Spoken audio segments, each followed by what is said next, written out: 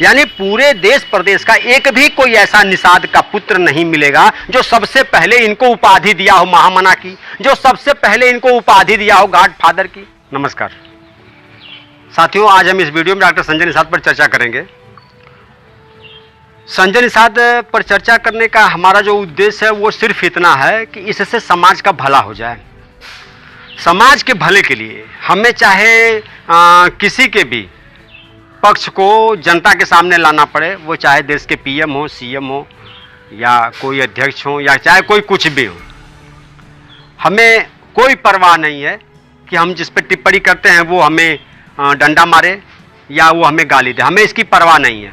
हम doctor B.R. Ambedkar पर भी टिप्पणी करने को तैयार हैं, जो कुछ लोगों के पूजनीय हैं। और हमारी टिप्पणी जो हमें जानकारी है, किताबी जानकारी, हवा में नहीं, ऐसे बौद्धिक और मौखिक नहीं। हम जो भी टिप्पणी करेंगे वो टिप्पणी एथेंटिक होगी और सबूत के साथ होगी। तो हमें किसी पर भी समाज के हित के लिए अगर किसी पर भी टिप्पणी करना है जिससे समाज का नुकसान होगा, अगर उस पर हमें टिप्पणी करना है तो हमें कोई दिक्कत, कोई परेशानी नहीं है। ठीक उसी तरह आज हम डॉक्टर संजय निषाद पर ये टिप्पणी वाला वीडियो बना रहे हैं कि डॉक्टर संजय को करना क्या चाहिए। वैसे ये पूरी चुनौती है, ये हमारी ये आज की वीडियो जो है डॉक्टर संजय के लिए खुली चुनौती है। डॉक्टर संजय अगर इस पर अमल करेंगे तो इसका लाभ, हमारी चुनौती का लाभ उन्हें मिलेगा, और डॉक्टर संजय अगर इस पर अमल नहीं करेंगे तो हमारी इस खुली चुनौती का नुकसान उन्हें हमेशा हमेशा हमेशा के लिए उठाना पड़ेगा। तो चुनौती क्या है? जैसे आज जो प्रदेश का निषाद है, और प्रदेश का नहीं, जो हमारे संपर्क में पूरे देश के जो निषाद हैं, उनकी जो स्थिति है वो प्रतिदिन समाचार और चैनल, टीवी चैनल या समाचार इसलिए देखते हैं कि देखें तो अभी निषाद को आरक्षण मिला क्या, निषाद को आरक्षण मिला क्या? क्योंकि ये लड़ाई 70 साल से चल रही है। सैकड़ों लोग शहीद हुए इस पे, सैकड़ों लोग कुर्बान हो गए और आरक्षण अभी तक नहीं मिला। तो अब डॉक्टर संजय निषाद जैसा व्यक्ति उभर के आया सामने, तो लोगों को लग रहा है कि यह व्यक्ति आरक्षण हमको दिलवाएगा। और आज जैसे जैसे चुनाव नजदीक आ रहा है वैसे वैसे निषादों के मन में छटपटाहट बढ़ रही है कि चुनाव करीब आ गया और अभी तक आरक्षण नहीं मिला। अभी आधा % से भी कम, दशमलव से भी बहुत नीचे नायक हैं, जिसको अभी 28 सितंबर को रविंद्र नायक समाज कल्याण सचिव ने आदेश कर दिया कि भाई इनको जो है अनुसूचित जनजाति का। अब बताइए कि दशमलव से भी कम नायक जिसको अनुसूचित जनजाति का लाभ मिला है। निषाद समुदाय 10% से भी ज्यादा है, इसकी आबादी 10 से भी ज्यादा है, और ये सैकड़ों लोग मांगते मांगते शहीद हो गए। ये मांग रहा है, इसे नहीं मिल रहा है, और जो नहीं मांगा उसे बार बार मिलता चला जा रहा है। तो इसलिए समाज प्रतिदिन समाचार चैनल के माध्यम से या पत्रिकाओं के माध्यम से ये जानकारी देख रहा है कि आज हमको निषाद का आरक्षण मिल गया, आज मिल गया। करते करते करते करते ये चुनाव जैसे से नजदीक आ रहा है वैसे दिल की धड़कन तेज हो रही है। तो ये चुनौती इसलिए मैं दे रहा हूं डॉक्टर संजय को कि अगर ये चुनौती स्वीकार कर ले रहे हैं और अगर इसका अनुपालन करा दे रहे हैं तो इसका लाभ उनको मिलेगा, अन्यथा कई सालों तक और इतने पिछड़ जाएंगे। क्योंकि राजनीति में जो व्यक्ति पीछे हो जाता है फिर वो जगह खाली नहीं रहती है, उस जगह पे कोई ना कोई दूसरा आ जाता है, फिर वो पीछे वाला आदमी आगे आने में उसे लंबा समय लग जाएगा और शायद न भी आवे।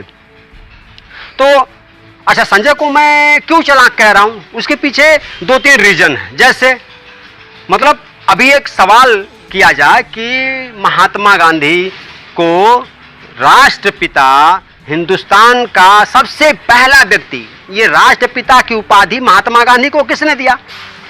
तो पूरा देश जानता है। अगर पूरा देश नहीं जानता होगा तो गूगल बाबा से पूछ लेंगे तो गूगल बाबा बता देगा कि राष्ट्रपिता सबसे पहले सुभाष चंद्र बोस जी ने राष्ट्रपिता महात्मा गांधी को कहा।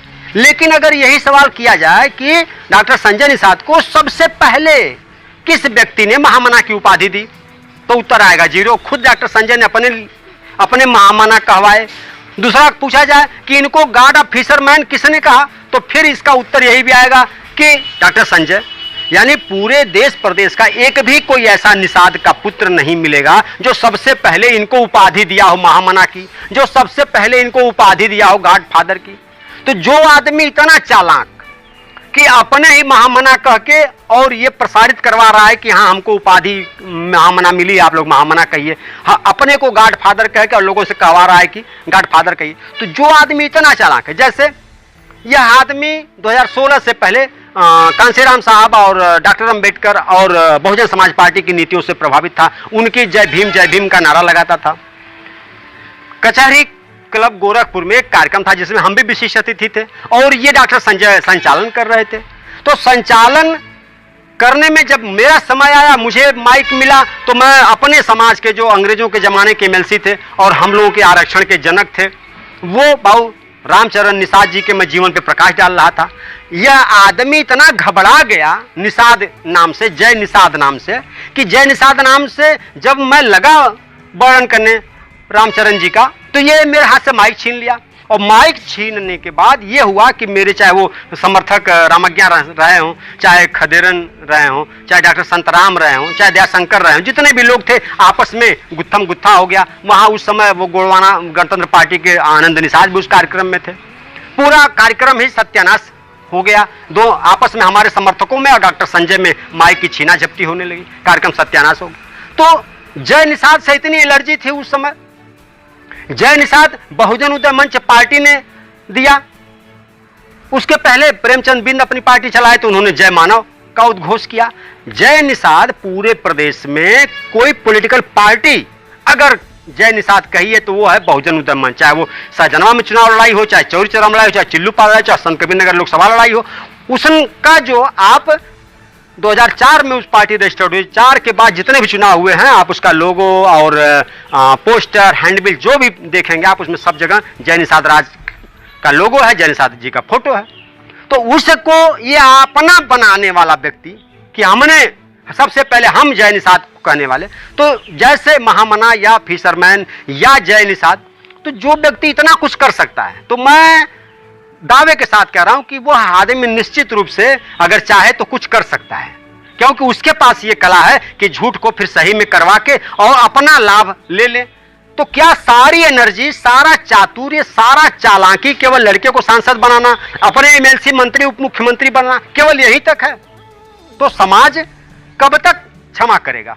वैसे भी आज जो पढ़ा लिखा निषाद समाज है वो इनके साथ तो है नहीं। जितना भी पढ़ा लिखा समाज है वो इनका विरोध कर रहा है। आखिर क्यों विरोध कर रहा है? क्यों अनपढ़ गंवार जाहिल लोग इनके साथ हैं, पढ़े लिखे लोग नहीं है क्यों? और ये जिस बहुजन समाज पार्टी की बात करते हैं, क्या उस कभी अध्ययन किया कि उस बहुजन समाज पार्टी को क्या अनपढ़ गंवार लोग चलाए? नहीं, आईएएस आईपीएस या पढ़े लिखे अधिकारी बहुजन समाज पार्टी का सपोर्ट किए, चंदा दिए और जगह जगह मीटिंग कराए, अपने लोगों को समझाए। जब पढ़ा लिखा समाज जिस पार्टी का सपोर्ट करता है वही पार्टी सत्ता में जाती है और आगे बढ़ती है। पढ़ा लिखा समाज आखिर संजय निषाद का क्यों विरोध कर रहा है? क्योंकि इनका वैसा कार्य, तो ये जो कार्य अब तक हुआ है, मनुष्य का स्वभाव है गलती करना और फिर उसको सुधार देना भी मनुष्य का काम है। तो जो जितनी गलती हुई, डॉक्टर संजय से जितनी गलती हुई है, उस गलती को सुधारने का अब एक रास्ता मिल गया है कि आप किसी बड़े चैनल, चाहे आज तक, चाहे एबीपी, चाहे कोई भी बड़ा चैनल लेके जाइए और भाजपा के राष्ट्रीय अध्यक्ष जेपी नड्डा से कहिए, अमित शाह से कहिए, योगी जी से कहिए कि भाई आप हमको आरक्षण दे दीजिए, चाहे हमारे लड़के का सांसदी ले लीजिए, चाहे हमारा एमएलसी, हमको मंत्री, कुछ मत बनाइए, हमको एक को सीट मत दीजिए, आरक्षण आप निषाद समाज को दे दीजिए, तभी आपकी सरकार उत्तर प्रदेश में 22 में बनेगी, वरना आप उल्टा लटक जाएंगे, तब भी आपकी तो सरकार की लोटियां डूबेगी डूबेगी, साथ ही साथ निषाद पार्टी आपके साथ है तो निषाद पार्टी की भी लोटियां डूब जाएगी। तो इस तरह यह चेतावनी है कि अगर जो पिछला आपने, चाहे वो अखिलेश निषाद की हत्या से लेकर उसमें आपने जो एफिडेविट दिया, जो उसके नाम पे चंदा आया, उसका आपने गबन किया, ये सारे दोष, इन सारे दोषों को, सैकड़ों दोषों को जनता माफ कर सकती है। जनता आपके इस नए आरक्षण वाले प्लान पर जनता सहमत हो सकती है कि भाई जो भी था अपना था, गलत किया, लेकिन एक काम तो अच्छा किया। तो ये चेतावनी है मेरी 2022 के लिए कि अगर चुनाव से पूर्व, अभी तत्काल आजकल में इतना जल्दी अगर क्योंकि अगर जल्दी नहीं दिलवाएंगे तो तब भी नुकसान हो जाएगा। जैसे 17 में अखिलेश यादव चुनाव के दिन हम लोगों को आरक्षण दिए और 17 में आरक्षण दिए, जब तक कि उनके खिलाफ हम लोग समझाते कि भाई आरक्षण दे दिए हैं और आप लोग सपा कोट करिए, तब तक चुनाव बीत गया और जनता जो है कहीं करे चुनाव का लालीपाप था।